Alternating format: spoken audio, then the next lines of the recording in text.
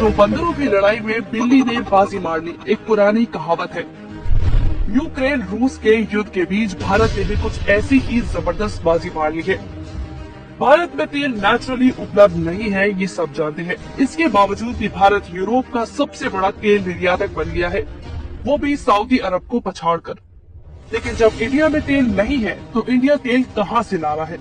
तो बता दें कि ये तेल भारत खरीद रहा है अपने पक्के दोस्त रूस से। तेल पर मास्टर स्ट्रोक।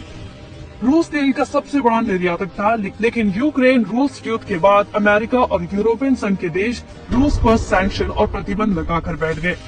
ऐसे में भारत ने रूस से संबंध नहीं तोड़े, बल्कि उससे और ज्यादा तेल खरीदना शुरू कर दिया। इसके चलते अमेरिका, यूके और यूरोपियन देश भारत पर दबाव बनाने लगे। लेकिन भारत ने साफ कर दिया कि रूस उसका दोस्त है और भारत ने अपनी जरूरत से भी ज्यादा तेल खरीदा। जानते हैं क्यों? क्योंकि भारत समझ गया कि यूरोपियन देशों को तेल की जरूरत पड़ेगी और उस जरूरत को पूरा करने के लिए मोदी जी ने अपना गुजराती दिमाग चलाया और मौके पर चौका नहीं छक्का मार दिया। उन्होंने रूस से कच्चा तेल सस्ते भाव में खरीदकर उसे भारत में रिफाइन किया और भारतीय तेल बनाकर यूरोपियन देशों को बेच दिया। और सिर्फ यही नहीं, जिन प्राइवेट कंपनियों से तेल रिफाइन करवाया उस पर भी एक खास टैक्स लगाया, जिससे सरकारी खातों में मोटी कमाई आई। भारत को क्या फायदा? सबसे पहला फायदा हुआ कि इससे भारत के रिश्ते रूस से मजबूत हुए। इसके साथ ही यूरोपियन देशों की तेल की जरूरत में भारत संकट मोचक बन गया, जिससे हमारी विदेश नीति मजबूत हुई।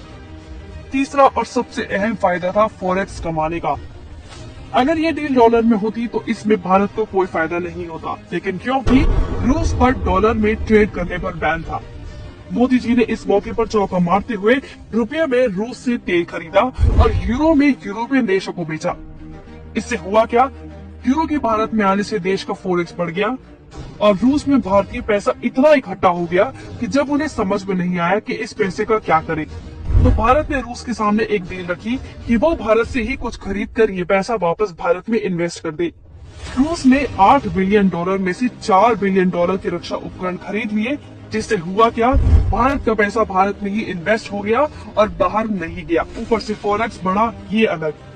ये तो वही बात हुई आम की आम गुठलियों के दाम।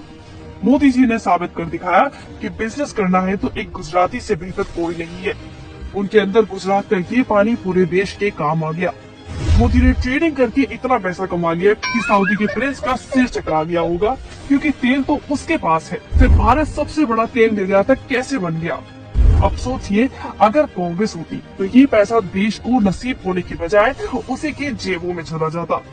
वो तो जाते जाते भी ऑयल बॉन्ड्स का बोझ मोदी सरकार पर डाल गई थी, लेकिन मोदी जी ने उसी तेल से देश के लिए पैसा कमा लिया।